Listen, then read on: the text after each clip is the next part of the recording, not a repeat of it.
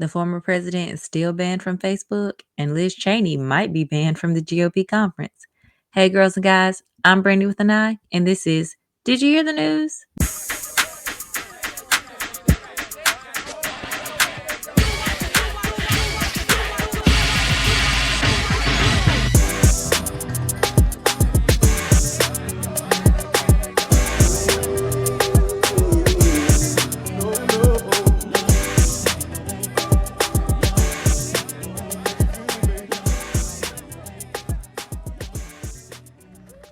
Where do I really even start?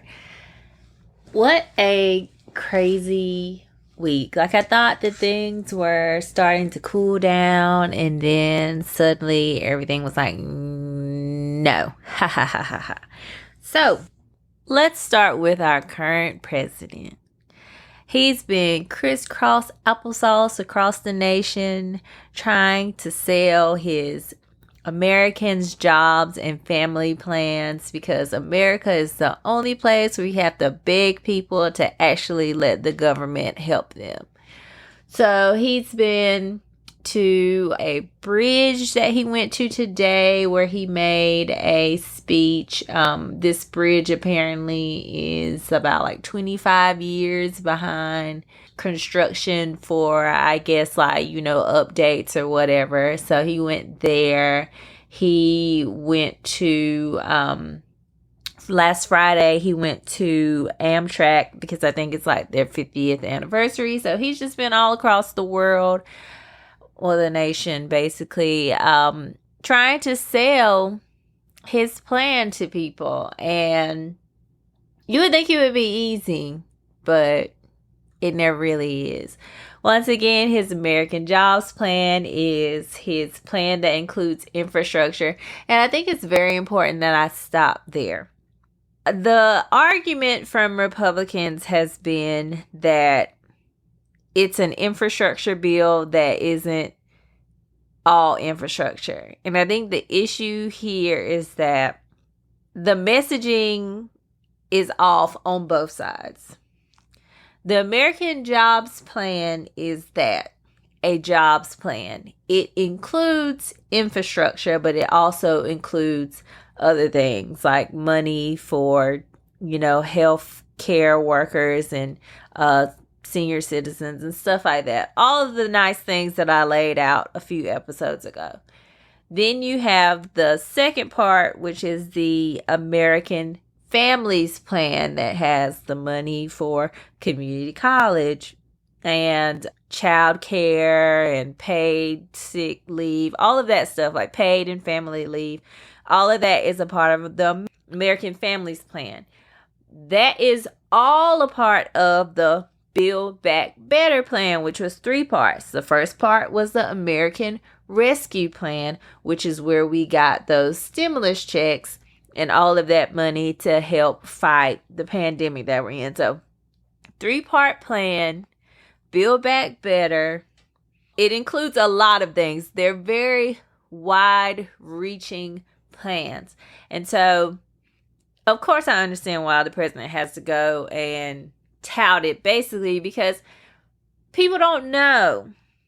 They either don't watch his speeches or they don't read the news. So like, he has to go out and say, here's my plan. This is what's in my plan. This is what I think my plan will do. I need you to support it. I need you to call your senators, your Republican senators who refuse to vote for anything that I do, even if it will help you. I need you to call them and tell them that you like this plan. Like, I need you to know what's in the plan so that you can like the plan, so that you can voice that you like the plan, so that it makes it even harder for Republicans to fight back against the plans. And of course, it's been hard. They have no real reasons why they don't really like these plans besides the basics of it's not infrastructure. It's going to put us in debt, even though they didn't care about that when they gave tax cuts to corporations. So they don't have any real responses. Senator Bill Cassidy of Louisiana was on Fox News with Chris Wallace, who asked him, hey, if President Biden's plan wants to give hundred billions of dollars for child care, like, wouldn't that help your state?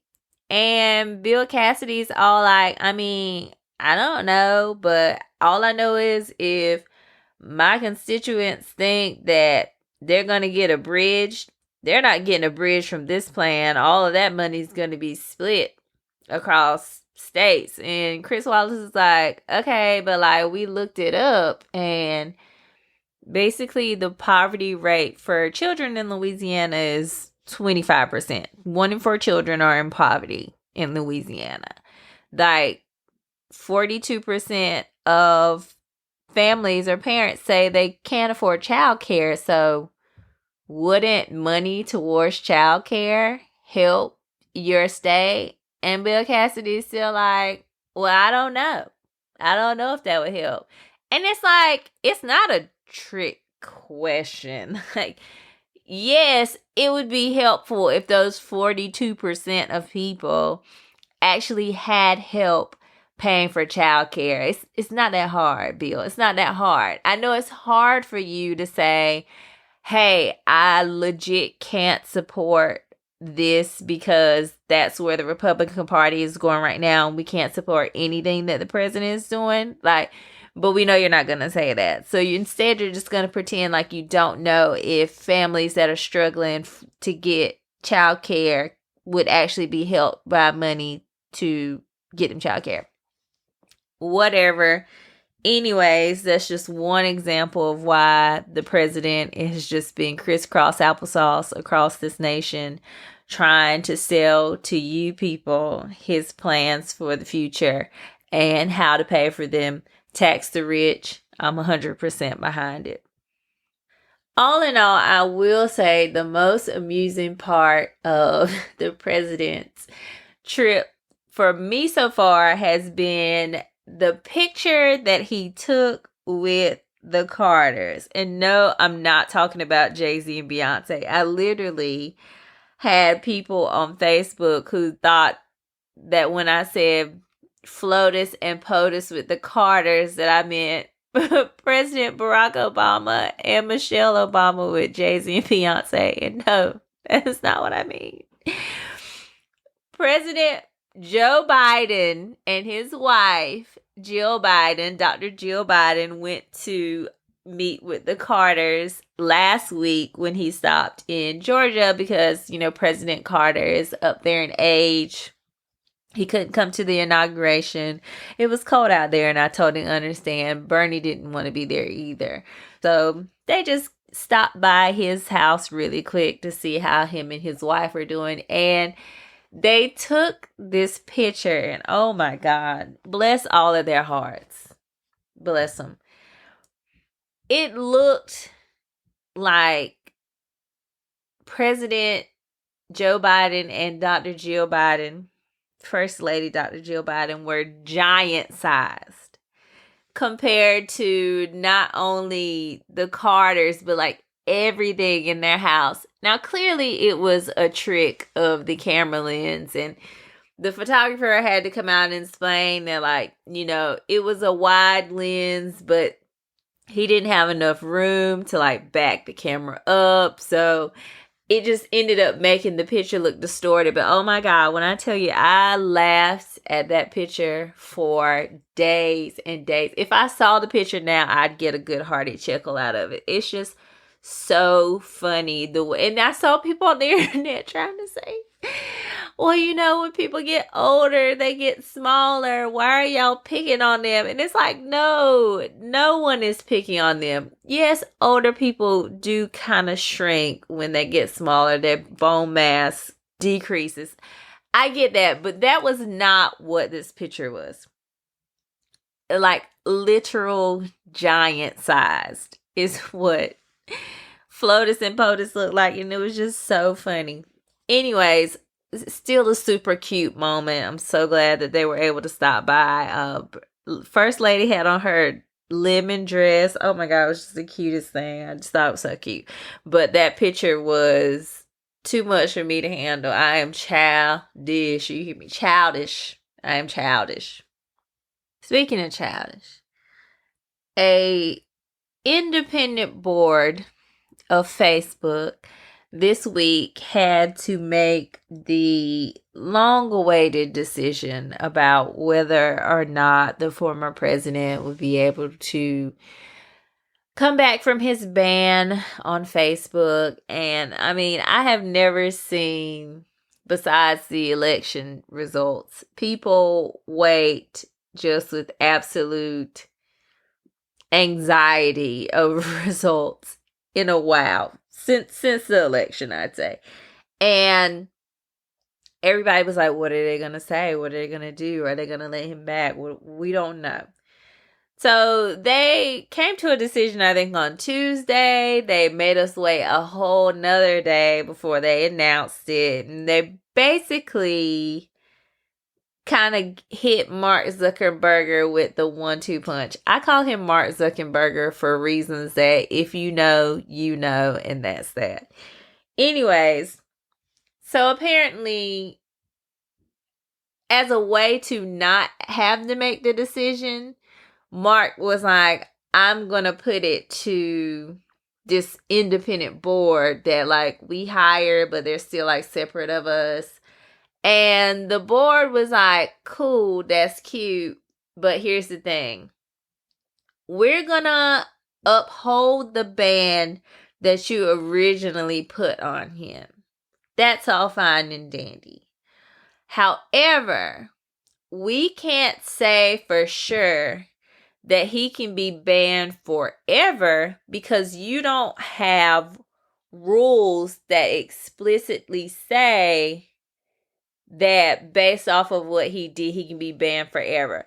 Basically, they said at the time that he was banned, he broke the rules. That was very clear. And so when you banned him at that time, it was legit. However, you don't have a set of rules that say you can ban him indefinitely. And I think that says a lot about how new social media really is and like what a time we're living in and how unprecedented it is. I don't, like, some children don't even remember the beginnings of Facebook, like when it was just for college kids and you had to get an invite, and then they opened it up to, like, maybe you weren't in college but you got an invite from someone in college, and then you could just invite anybody. Even if you weren't in college, you could send someone an invite. But like, Facebook was not always just a public forum that you can join. And so it's like the evolution is still happening with Facebook and all these social media. So basically this board is like, look, we get why you did it and we get what you did it for, but we don't see anything in your laws and your bylaws that says, yeah, you can keep him off of the site indefinitely. So basically what they have done now is put the ball back in Facebook's court. And it's like, you have like 6 months to either basically write into your rules that, you know, you can continue to ban him, or like you have to make a decision. Basically, Mark wanted to put it on someone else, and they were like, we're going to hit you with a reverse card, and it's going right back to you. So now there's 6 months that they have at Facebook to determine whether or not they're going to uphold that indefinite ban from Facebook. Now, here's what was really interesting that day. As soon as the board announced it, of course, right-wing conservatives were hollering, oh my God, censorship. Conservative voices are being censored. And you'll pay for this, Facebook, you'll pay. And it's like, conservative voices are being censored, but Tucker Carlson is like the most viewed show, unfortunately, ever. the top 10 accounts on Facebook, like the day prior, were full of right-wing conservative voices. Ben Shapiro had the top spot 3 times. 1, 2, and 3 were posts from Ben Shapiro. So, no, you're not being censored, especially when you're crying that you're being censored on multiple platforms nationwide. That's not censorship. If you can still get your message out to people, that's not censorship. If you can still go on the television and get your message out to millions of people, that's not censorship. You people have more of a voice than somebody sitting at home in their basement who will likely get banned from Facebook forever for violating Facebook's terms and conditions. Like, you guys are special because you're elected officials and hither and thither and whatnot. But, like, let some regular Joe Schmo do what the former president did on Facebook. They're gone forever. Forever. But we've come to a point where we've never really had an elected official do this before on social media. So everything about the last administration, the last president, was so unprecedented that it's like, now we got to write rules around it. And now the question is, well, what if he runs again? Will they let him back on Facebook? What should they do? Like, what do we do? I personally, as you probably would know, was not upset about them upholding the ban. I don't think he should ever come back. And I'll tell you why. Because he's still telling the same lies from months ago. At any given moment, you can look on your Instagram or your Twitter or whatever feed and see someone sharing a video of him spreading the same lies to the point where you might think the video is old. There was a video of him like last week or the week before last, and people at first didn't even know if they should share it. They were like, this is old, like, we're not gonna share it. And then people started looking into it and they were like, no, like, this is from the other day. He's telling the same lies. He has not apologized for what he did. He has not apologized for inciting the riot. He hasn't taken responsibility for any of the things he did. He should not be able to come back because he's going to continue to do more of the same. And that's not to say that his message hasn't already corrupted our news feeds and timelines. Like, he still has legit extreme supporters who are pushing his baseless lies and ideas and all of that stuff anyway. So it's not like we've been pretty much freed from the shackles of those shenanigans. It's just that his voice is not there super over amplifying it. Keep him off Facebook forever as far as I'm concerned. If I was on the board, I'd have been like, I'd keep him off forever. F the rules. He ain't never care about rules. He didn't care about rules when he was in office. F the rules. Keep him off Facebook forever. Speaking of rules, a judge this week ruled that some super secret memo that was used by Bill Barr to refuse to charge the former president in the first impeachment. You know, he had 2 of those. That memo has to be released.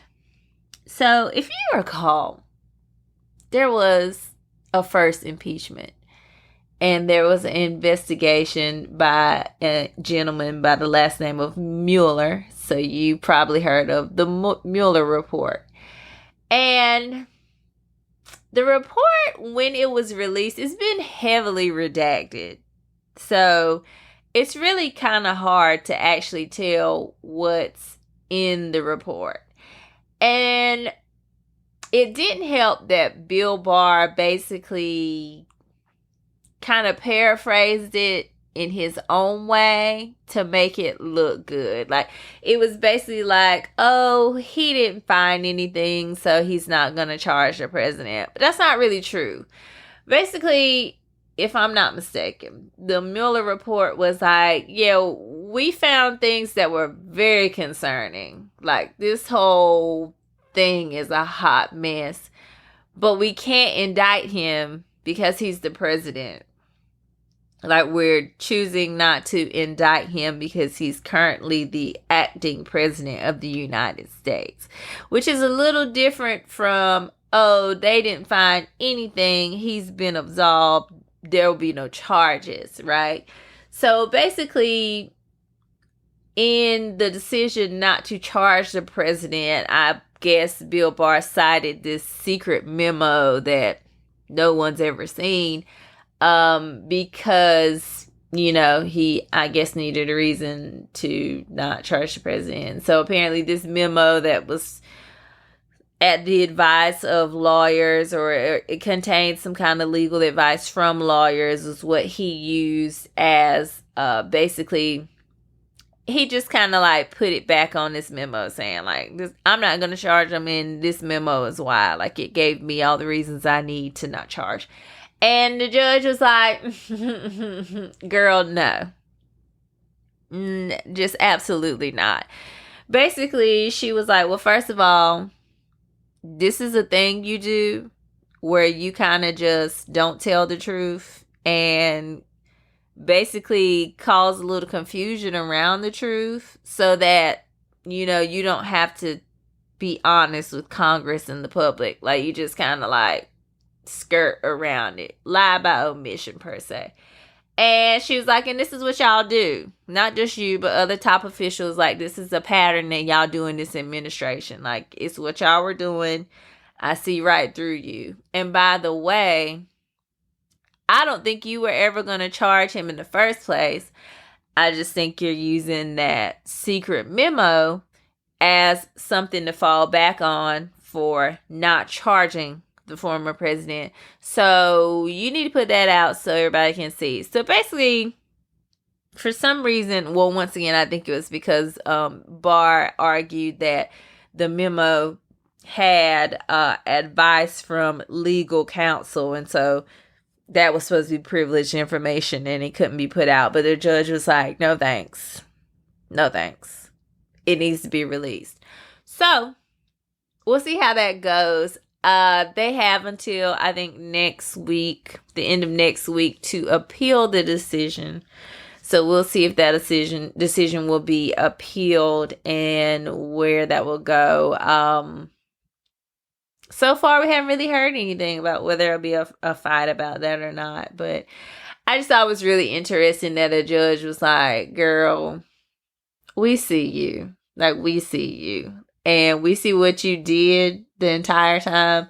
And we see how y'all cut the fool. Like, stop playing with us. Release the memo. It was cute to me. It was really cute to me. What is not cute and is just kind of flat out embarrassing is this audit going on in Arizona right now. Oh my God. So Maricopa County has been a source of ire for among Republicans and the former president. You know, Arizona is normally a red state, went blue for Joe Biden, was one of those shockers like Georgia. And Maricopa County, for some reason, was always in the sights of the former president. It probably has something to do with people of color because everything else did. So why wouldn't this? So, if I'm not mistaken, Maricopa County has been audited already before. This might be like the third or fourth audit. I know these people are tired AF, but this one was apparently brought on by like this conservative conspiracy group who were like, we need transparency. So now they are counting these ballots again, and it's a real dumpster fire. Basically, there's really like no insight for press or anyone into what's going on. So the press can't even tell you if, like a normal recount would have, if there are Democrats, independents, as well as Republicans there, like if it's a fair amount of different people who could say, like, if somebody challenges something, they would be there to be like, like they can't even say that because they don't know. Like, it's really strange. This group has been like super secret. Like, imagine Republicans screaming, there needs to be transparency, and then having a recall that is not transparent at all. Backwards, like they usually are. So, among the things that are really crazy is you have this one guy who was very clearly at the Capitol rioting. And let me take that back. He's in a picture. I haven't seen him in a picture inside the Capitol, but he was in the crowd at the Capitol on riot day. He's in there counting ballots. So I just found that interesting that he would be in there counting ballots, but we can't see really what else is going on or who else is in there counting ballots. Apparently, they're using blue pens, which they're not supposed to do because apparently that messes up like the integrity of the ballots, and it could make it easy for them to change ballots if they want to. And this was the absolute craziest thing I think I've heard in a while.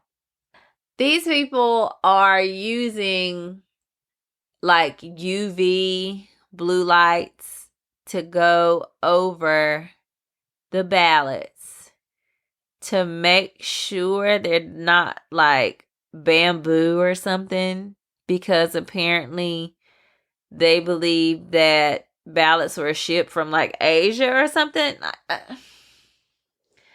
I can't keep up with the crazy at this point. Like, that is absolutely crazy. That's like literally saying, I know that you're all Republicans in this state. This is a red state normally, and most of the officials are Republican.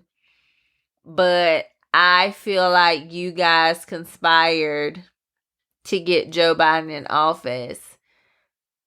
So I also feel like you should help us with the recount. Like, it doesn't make sense.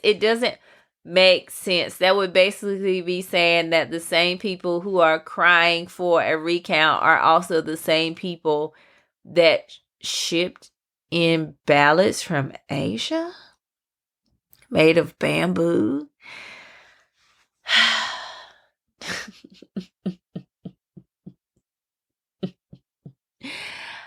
It's like, are y'all not tired?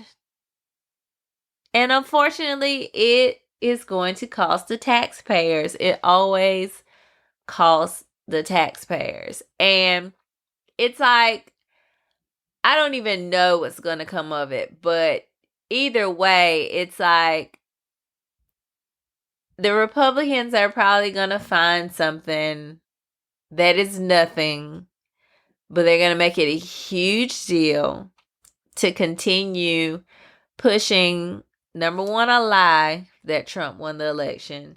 Number two, a lie that elections are fraudulent and we need these insane laws to make it harder to vote and safer to vote, when that was not the case. Like, he just lost. And that happens sometimes. Like, sometimes people lose. You win some, you lose some, but you live. You live to fight another day. What movie is that? Tell me in the comments. Anyways, I am tired. I don't know how these people can keep this up, honestly. I don't know how these people can keep the lie alive. I just don't understand. And you know who else is probably very confused at how these people are doing such? Mitt Romney and Liz Cheney. Boy, they had a week, hadn't they? Woo! It has been a tough week for Republicans that do not support Donald Trump. Mitt Romney, the golden boy, the golden child from Utah, the Utahiest Utahan the Republican Party's ever seen, Mr. Utah, like, was booed in Utah. This man was the Republican nominee in 2012. But in 2021, he is not the guy anymore. All because he's never really been a huge fan of Donald Trump. He voted twice to impeach him. He voted twice to convict, if I'm also not mistaken. He has always basically been like, no, I don't F with that guy. And it's crazy because Mitt Romney has never strayed from his Republican values. He just doesn't support the former guy. And now it's like, oh, we don't get down with you. In his own state. Now, there were people there that cheered him on, but it was a solid amount of boos. I don't know if they were like sitting near the microphones or what, but the boos were loud. And baby, when I tell you, Mitt Romney looked out at the audience and said, "Aren't you embarrassed?"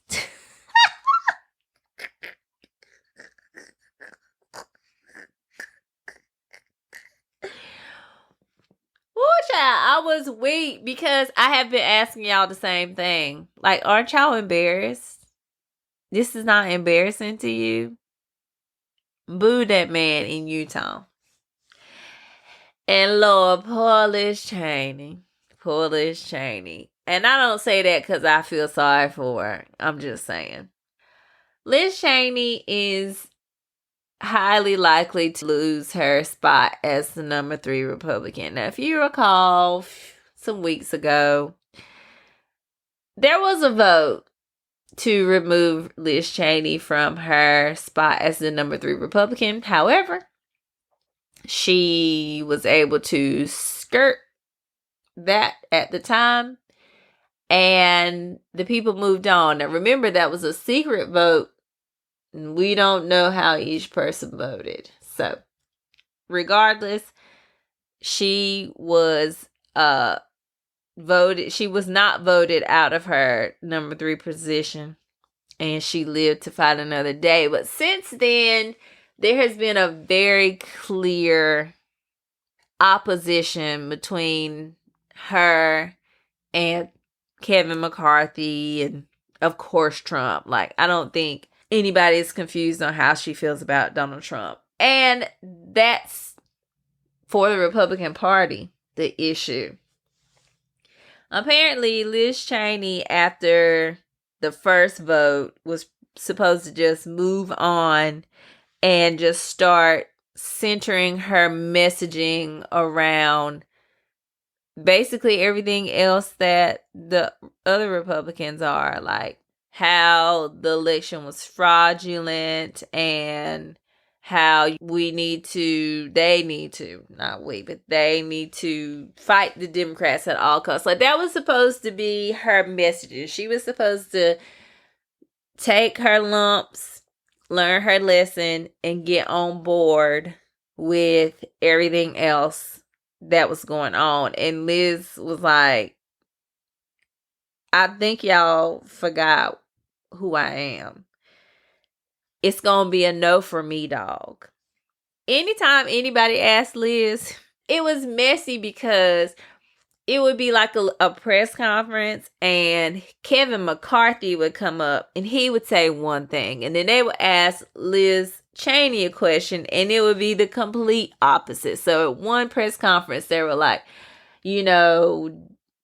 Donald Trump is, the leader of the party. What's that about? And Kevin McCarthy would be like, yeah, ain't it great? And then they would ask Liz, no sooner than he would step away from the podium, they would ask Liz. He didn't even leave the podium.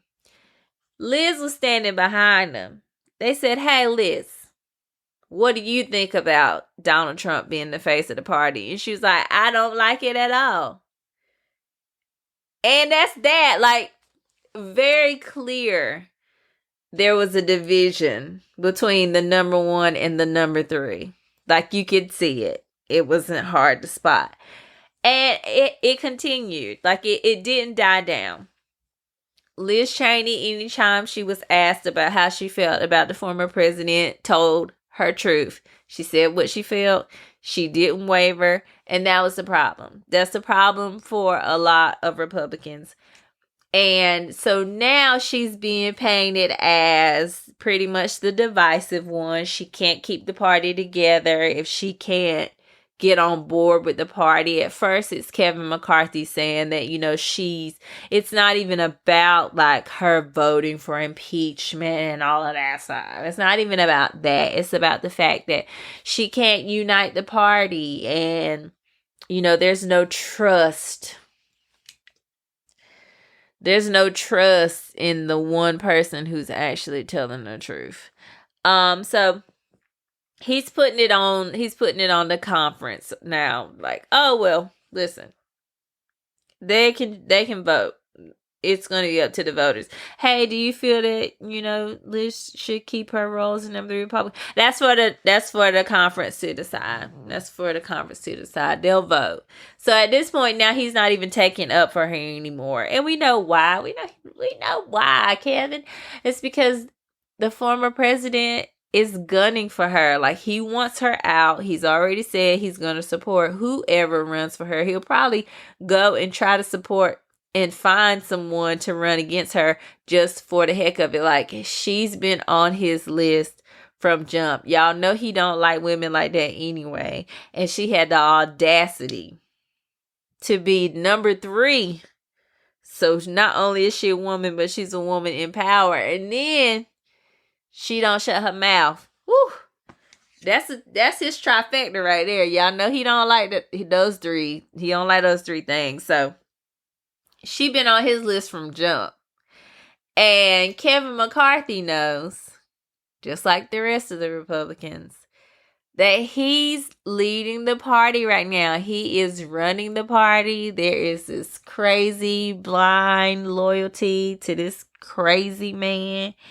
And he knows that if he wants to stay in power, like everyone else, he's going to have to go along with it. He can't keep going to Mar-a-Lago to beg and plead and all that stuff. Like, he has to make a very clear-cut separation between himself and Liz Cheney, and that's what he's done. He was even at Fox News. He was caught on quote-unquote hot mic, when a person don't remember or know that they're mic'd or they don't think the mic is on. They say some crazy stuff. Apparently, he was asked the question, and he was like, I've had it with her. I've had it with her. Like, there's no trust. Okay, Kevin, like, whatever. This is the same man who basically said that the former president told him, well, I guess they're more upset about the election results than you are. And now he's like, oh, what? I don't know if that happened. No trust, he says. So now there is a contender for Liz's spot, Elise Stefanik. She is going to be basically putting her hat in for that spot. No one else is really gunning for it. So at this point, it's believed that Liz is going to lose that spot to Elise. And I think it's so funny how they're doing it, right? They're going to let another congresswoman bring up the vote, right? And then they're going to I say let because they know what they're doing. They're going to let another woman take Liz Cheney's spot. That's so they can be like, what? We're not sexist. This is not about her being a woman at all. Look at these other women who don't agree. But yeah, okay, cool, whatever. I ain't gonna say it's sexist. I'm just gonna say it's sexist. Anyways, so Elise wants the role. Another woman's gonna raise the vote. The vote's gonna happen. It's very likely that Liz is out.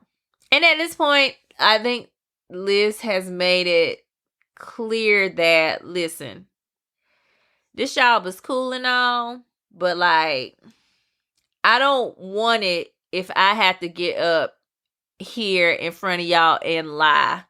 Like, it's not worth it to her. And I can respect that. Like, I couldn't get up every day and continue to say something I absolutely don't believe. Like, Liz does not believe that the election was stolen. She doesn't believe in the big lie. She's not down with that. She's not down with that at all. So she's like, listen, if y'all feel like the best way to keep the party together is to keep going on with this lie, then maybe I don't need to be in this role because it's not for me. And I can respect the person that can say that. So at this point, it appears that she is more focused on that 9/11 style commission that is supposed to be bipartisan, that is supposed to be looking into the events that happened on January 6th. Now, let's talk about what's going on with that commission. So, remember Nancy Pelosi announced that she, would be putting this commission together or whatever. And everybody was like, yeah, do it for real.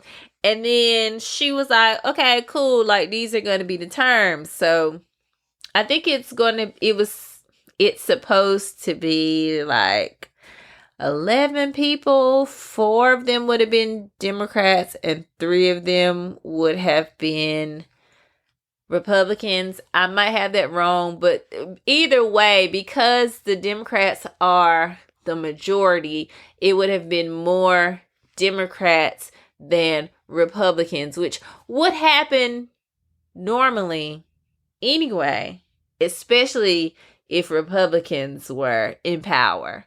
But they were like, no, we think it should be even. Like, that's not fair. It's never fair when it comes to them. That's not fair. We think it should be even, blah, blah, blah. We don't want anyone who's in Congress to be on it. Okay, blah, blah, blah. So they had all of these demands. They were at a stalemate for a while. And then finally, Nancy was like, okay, whatever. Like, I'll give into these demands. All of them except for one, which is the most important, and I'm glad she's not giving into it because it's stupid. They feel like not only should the commission look into the events of the insurrection and that day and everything that led up to that, these people want to look into BLM and Antifa and the protests that went on the summer prior. Like,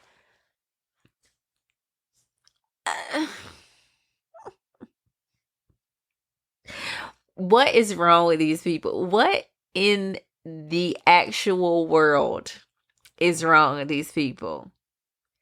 Black Lives Matter and Antifa is not tearing up the Capitol. Like, and I know they want to be like, well, they need to look into what happened at Portland. I can almost guarantee you it weren't Black Lives Matter. And probably weren't Antifa either. I don't know. Sometimes they can get a little rowdy. But I can guarantee you that it probably wasn't either of them. It probably was some peaceful protesting going on. Maybe it was a little hot and heavy around the government buildings.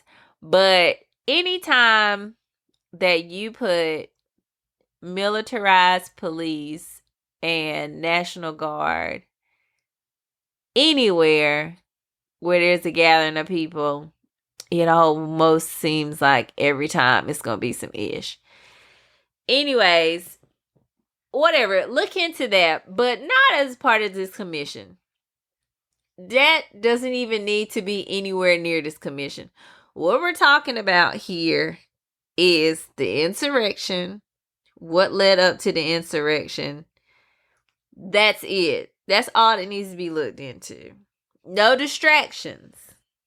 Because we know why they want distractions. We know that they don't want anyone looking into what they did, how they are a part of the insurrection. So they want to send the focus to hither and thither and everywhere. Mitch McConnell and Kevin McCarthy. They want us looking everywhere but where we need to be looking. And that's the issue. So Liz Cheney's like, yeah, listen, I'm on board with the commission. And I also agree. We don't need to be looking at BLM and Antifa in the summer before. No, we only need to be looking at this insurrection day. So, good job, Liz. That's all I got for you. I don't stand with anything else Liz Cheney does. Keep in mind now, Liz Cheney is very, very conservative. 94% of the time has voted with the former president when it comes to policy. 94% of the time has voted with the president. Elise Stefanik, her numbers is low. She would technically be considered a moderate. She technically has always, I guess, been considered a moderate, especially for the people that know her from back in the day. But she has rode that Trump train into crazy. And she's one of those people that realizes that it's make or break, basically. Either you're on the Trump train or you're getting rolled over by the Trump train. Like, look at how everybody else is going down. Mitt Romney is not Mr. Utah anymore because he went against Trump. Liz Cheney of the Cheneys, father, 2-term vice president, Dick Cheney, Liz Cheney of the Wyoming Cheneys, is about to be pushed out of her spot as number 3 Republican.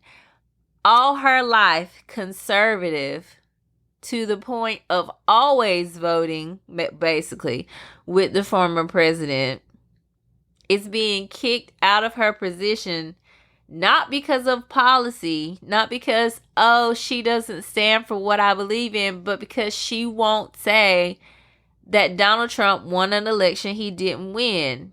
Because she refuses to not hold him accountable for an insurrection that he calls. Like, she's being kicked out of her position. Once again, a person that votes with Donald Trump 94% of the time is not somebody that I agree with, obviously, but come on now, like, it's just the hypocrisy. It's the hypocrisy of it all. Republicans don't really show any real plans. They just going against the Democrats and vibes. That's all they got. Culture wars and vibes. That's all they got. So it's like, for you to actually go against the person who voted with this president when it comes to policies, which is what we should be looking at, but she just doesn't really care for him as a person. Like, it's a popularity contest at that point. It's like, what are we doing here? It's like, what are we trying to get done? It's like, what are we passing? It's like, give me more than, they don't support abortion. Give me more than, like, build a wall. Like, give me more than that. What are we doing here? What are we doing here? When the current president is trying to give help to people so that they can have childcare and paid time off and better infrastructure and money to go to school. And the number one Republican in the Senate, the minority leader, Mitch McConnell, goes on TV and when asked about all of this drama within his party goes, my only, not my number one, not my top, my only priority right now is to block everything that President Biden is trying to do. What are y'all really doing? Because President Biden is trying to help people. President Biden is trying to help people. And your only priority, the only thing you're trying to do is block everything, childcare, free school, preschool, infrastructure, bridges, water, broadband, elder care. You trying to block everything? Come on. It's the hypocrisy for me. And people will continue to vote. People will continue to vote against their own interests because they are so concerned about what a woman who they don't even know, probably would never even meet, wants to do with her own body. Because people of God, we're Christians. But you have a current president who's actually trying to help the children that you want these women to bring into this world. And you're like, no, what? Vote for that? What? Ew. But make that woman have that baby. And whatever happens after that, well, who cares? Yeah, that's why we're in dire straits. The Republican Party has not represented the majority of Americans since like the 90s. That was decades ago. I know we'd look at the 90s and we'd be like, girl, that was the other day. But no, the 90s was decades ago. And they have not basically been the popular party for decades. They don't represent the majority of the people for decades. But their minority rule is strong. And it has been because they know how to play the game. When they needed more senators, they split up states and then they added them as states, okay? They split up the Dakotas.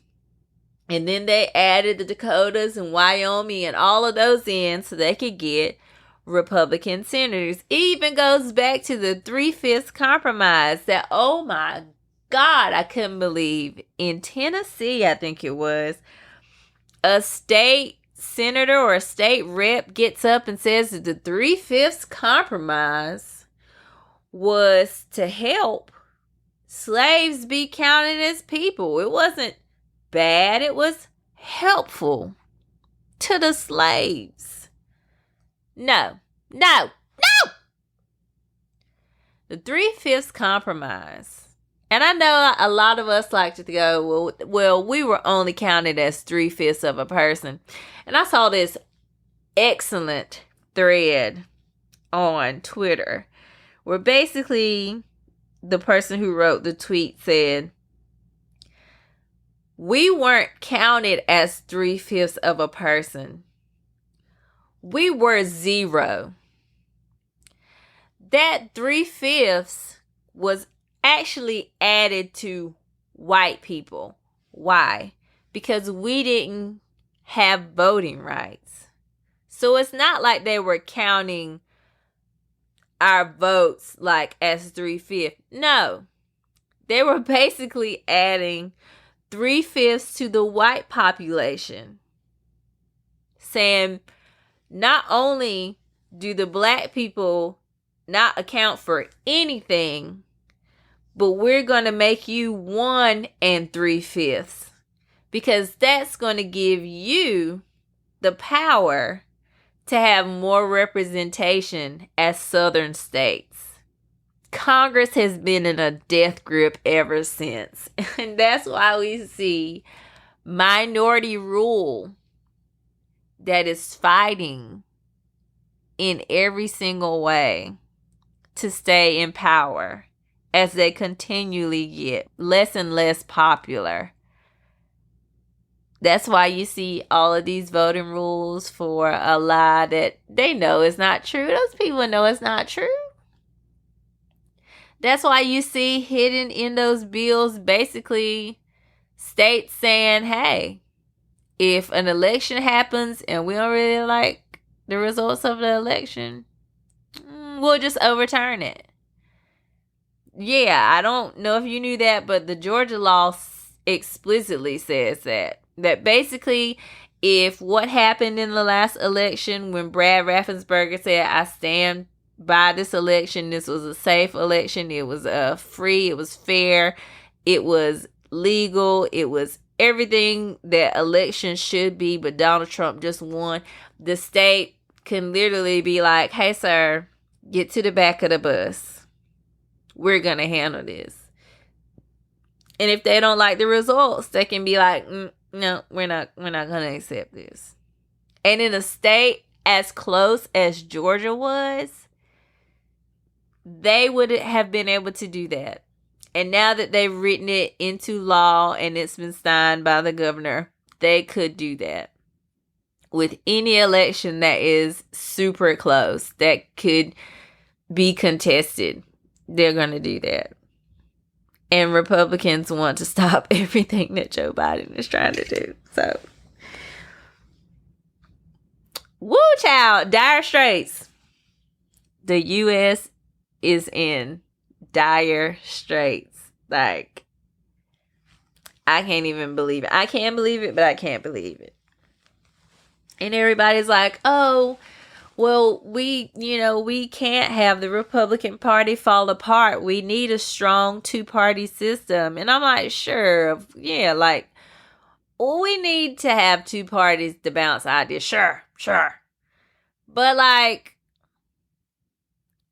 it doesn't matter if that party is just, like, throw democracy out the window. Like, we need a strong second party that deals with facts, not fictions. Like, we need a strong second party that's like, yeah, girl, like, elections are real.